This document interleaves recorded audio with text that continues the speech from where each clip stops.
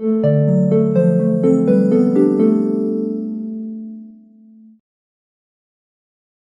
And welcome to the world wide post. दोस्तों, USA को लेकर ना बड़ी खबर निकलकर आ रही है। रिसेंटली कुछ ही घंटे पहले यूएसए की फ्रांसिस स्कॉट की ब्रिज, जिसको बल्टीमोर ब्रिज भी बोला जाता है, ये ब्रिज कंप्लीटली कोलैप्स हो चुका है। ये ब्रिज के टुकड़े टुकड़े हो चुके हैं। वो कैसे, मैं बोलता हूँ। और दोस्तों, जब मैं ये वीडियो रिकॉर्ड कर रहा था, बीच में ये इन्फॉर्मेशन निकल कर आई है। ये जो शिप क्री बीच हादसे में शामिल थी, उसके 22 क्रू मेंबर्स थे। और हैरान करने वाली बात ये है कि ये सभी लोग ना इंडियन क्रू मेंबर्स थे। जी हाँ, ये इंडियन सिटीजन थे। ये शिप में मौजूद थे, जो कि चार्टर मैनेजमेंट एंटिटी के मुताबिक ये इन्फॉर्मेशन आया है। लकीली खुशकिस्मत वाली बात ये है कि ये सभी इंडियन क्रू मेंबर्स सुरक्षित है, सेफ है, लेकिन इन्हें अकाउंटेबल ठहराया जाएगा, जिनमें 2 पायलट्स भी शामिल है।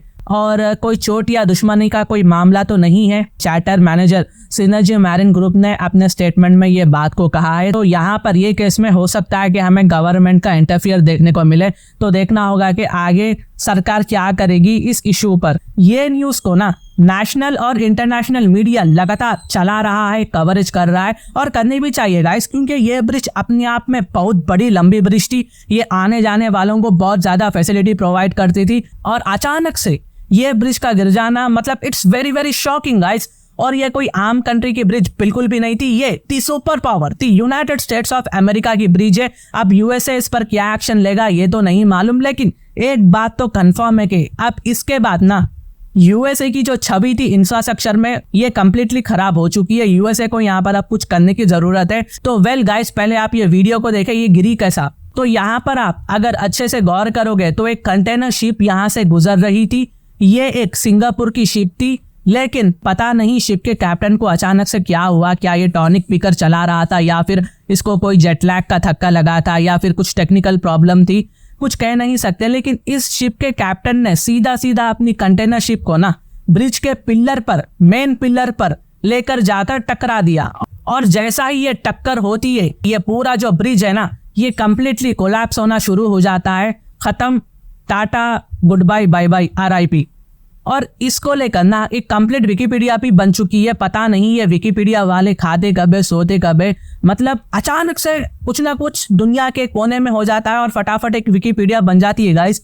तो वाकई में इनकी टीम जो है बहुत ज्यादा मेहनत कर रही है। कुछ ही देर पहले ये इंसिडेंट हुआ था, 2 घंटे पहले आई थिंक, जब मैं ये वीडियो रिकॉर्ड कर रहा हूँ, लेकिन इंस्टेंटली एक कंप्लीट विकिपीडिया इस ब्रिज पर आ चुकी है। तो आप इससे अंदाजा लगा सकते हैं कि ये ब्रिज कितना मायने रखती है। और हाँ, ये इंसिडेंट आपको यूएसए की मैरीलैंड स्टेट के बल्टीमोर सिटी में देखने को मिलेगा। और ये ब्रिज बहुत ही लंबी ब्रिज है। यहाँ पर आप देख सकते हैं कितनी लंबी ब्रिज है ये, जो अब नहीं रही है। और गाइस, ये देखकर ना मुझे बहुत ज्यादा दुख हुआ कि ब्रिज गई, यहाँ पर लोगों की जाने गई। और दुख की बात भी है कि ये ब्रिज के टुकड़े टुकड़े होकर पेटेस्पो रिवर में गिर जाता है। उसके साथ साथ लोग भी गिर जाते हैं। और यहाँ पर ना आप इसका नज़ारा देख सकते हैं, सुबह सुबह का टाइम है, ये क्लियरली देखने को मिल रहा है। और अभी अभी मैंने न्यूज़ पढ़ा था कि ये पॉसिबल है कि यहाँ पर पायलट ने वेसल का कंट्रोल खो दिया था और शिप जाकर सीधा सीधा ब्रिज से टकरा गई। और मैं इस ब्रिज की हिस्ट्री बोलता हूँ। ऑफ कोर्स ऐसा कुछ बड़ा इंसिडेंट होता है तो हमें उसकी तारीख, हिस्ट्री के बारे में भी पता होना चाहिए। मैरीलैंड ट्रांसपोर्टेशन अथॉरिटी के हिसाब से बल्टीमोर फ्रांसिस स्कॉट की ब्रिज का निर्माण 1972 में शुरू हुआ था और 23 मार्च 1977 को इसे खोला गया था, ओपन किया गया था। ये ब्रिज इसलिए बनाया गया था क्योंकि बल्टीमोर हार्बर टनल अपने ट्रैफिक कैपेसिटी को ना बहुत ही ज्यादा हाई लेवल पर पहुंच गया था, पीक लेवल हो चुका था। यहाँ पर कोई और अल्टरनेटिव रूट की जरूरत थी ताकि ट्रैफिक को कंट्रोल कर सके। तो ये प्रोजेक्ट बना था और ये प्रोजेक्ट की कॉस्ट लगभग $60 बिलियन थी। याद रखना, मैं ये अमाउंट 1970 की बात कर रहा हूँ और आज के टाइम पे यही अमाउंट बिलियंस ऑफ डॉलर्स में बनता है। आप ही सोचिए, ये 1977 की ब्रिज है, तब बनाया गया था। और हम मानते हैं कि बीच में रेनोवेशन हुआ होगा, बट अगेन हम एक ब्रिज की बात कर रहे हैं। यहाँ पर लोगों की जिंदगी का मसला होता है कि अथॉरिटीज को मतलब तोड़कर बनाने का ख्याल नहीं आया होगा, और आया तो इम्प्लीमेंट क्यों नहीं हुआ होगा। और बहुत सारे लोग इस ब्रिज पर मौजूद थे जब शिप ने यहाँ पर इंसिडेंट किया था। बेसिकली वो सीधा सीधा पानी में गिर गए थे और कितने लोग मारे गए हैं, कितने डूब चुके हैं, कितने घायल हुए हैं, अभी के लिए डिटेल आना बाकी है। यूनाइटेड स्टेट्स ऑफ अमेरिका के प्रेसिडेंट बाइडेन ने इस ब्रिज एक्सीडेंट को क्लोजली मॉनिटर करना शुरू कर दिया है। लगातार वो अपडेट्स ले रहे हैं और रेस्क्यू टीम इमीडिएटली यहाँ पर एक्टिव हो चुकी है। और ये ब्रिज तब गिरी गाइस जब यूएसए में इलेक्शन का माहौल है और बाइडेन को इससे बहुत बड़ा सेटबैक भी मिल सकता है इलेक्शन में।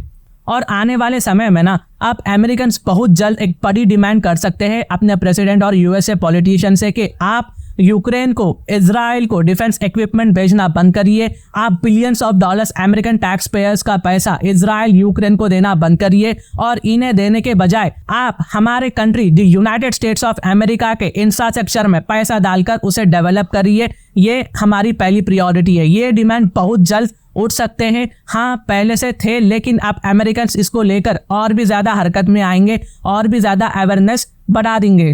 तो ये देखने वाली बात होगी। तो देखना होगा कि बाइडेन क्या करेंगे, आगे क्या होता है, अमेरिकन का रिएक्शन इसको लेकर क्या होगा, ये तो आने वाले वक्त में ही पता चलेगा। तो ये कुछ अपडेट्स थी। आप अपने कमेंट को, विचार को, एक्सप्रेशन को नीचे कमेंट में लिखिए गया। मैं रियली जानना चाहता हूँ उनका ओपिनियन और मैं उन्हें हार्ड भी दे दूंगा। और अगर मेरी वीडियो इन्फॉर्मेटिव दिखे तो इंटरनेशनल अफेयर्स के लिए आप मेरे चैनल को सब्सक्राइब कर सकते हैं। Thank you for watching, thank you for hearing and I always say God bless you all.